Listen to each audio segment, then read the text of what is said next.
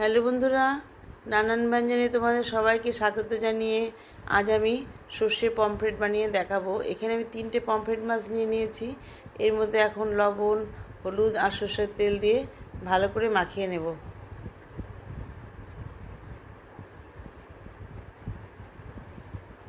দিয়ে দিলাম, এখন এগুলোকে মাখিয়ে নেব। আমি এগুলোকে সর্ষের তেল দিয়ে আর লবণ দিয়ে ভালো করে মাখিয়ে নিচ্ছি। মাখিয়ে নিয়ে এদিকে আমি এখন মশলাগুলোকেও তৈরি করব। এখানে আমি নিয়েছি সর্ষে, পোস্ত, হলুদ, লবণ, শুকনো লঙ্কা, কালো জিরা আর যে পেঁয়াজ কুচানো নিয়ে নিয়েছি। আর এই টমেটোটাকে পেস্ট করে নেব।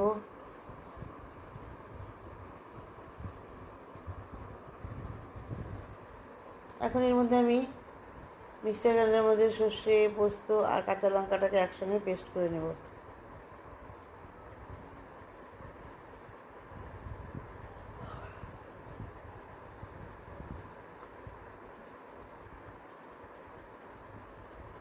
সর্ষে, পোস্ত, কাঁচা লঙ্কা পেস্ট হয়ে গেছে।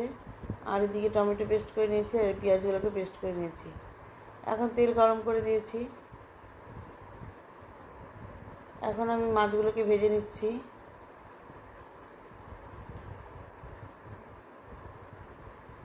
বন্ধুরা, তোমরা যেখানে থাকো দেখলে প্লিজ একটু কমেন্টস করে জানাবে, তাহলে তোমাদের সঙ্গে আমার পরিচয় হবে এবং আমি তোমাকে জানতে পারবো আর তুমিও আমাকে জানতে পারবে। এখন ঢাকনাটা উঠিয়ে মাছটাকে একটু উল্টে দেব।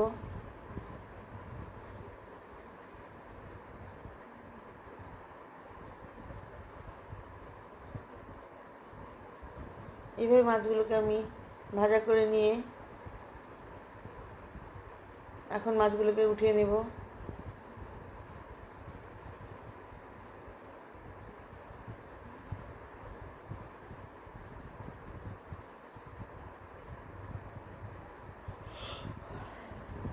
মাছগুলো গুটিয়ে নিচ্ছি। এখন এই তেলের মধ্যে একটা শুকনো লঙ্কা আর কালো জিরা ফোড়ন দিয়ে নেব।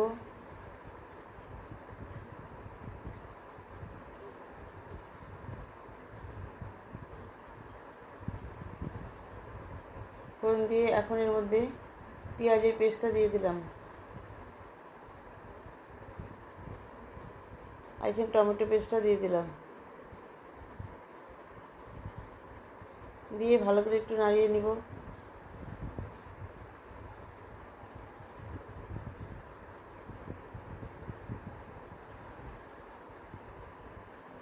পেঁয়াজটা ভাজা ভাজা হয়ে গেছে। এখন এর মধ্যে লবণ আর হলুদ দিয়ে দিচ্ছি। যদি লাগে পরে দেবো লবণ, এখন এইটুকুনি দিয়ে দিলাম। ভালো করে নাড়িয়ে নিয়ে এখন এর মধ্যে সর্ষে, পোস্ত আর কাঁচা লঙ্কা পেস্টটা দিয়ে দেবো। দিয়ে বেশিক্ষণ আর জাল দেবো না।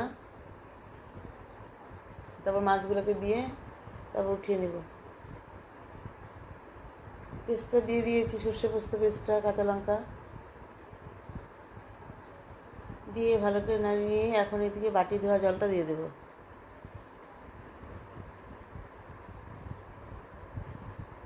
বাটি ধোয়া জলটা দিয়ে এখন এর মধ্যে মাছগুলোকে দিয়ে দেবো।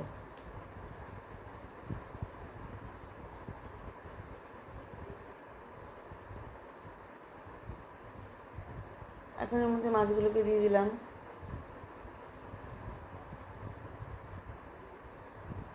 দিয়ে একটু উল্টিয়ে পাল্টিয়ে মাছগুলোকে দিয়ে এখন এটাকে একটু ঢেকে দেব।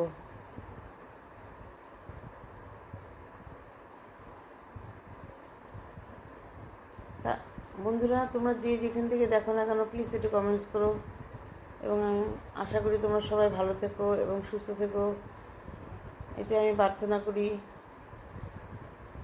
এইভাবে আমার মাছ রান্নাটা পুরোটা কমপ্লিট হয়ে গেল। নমস্কার।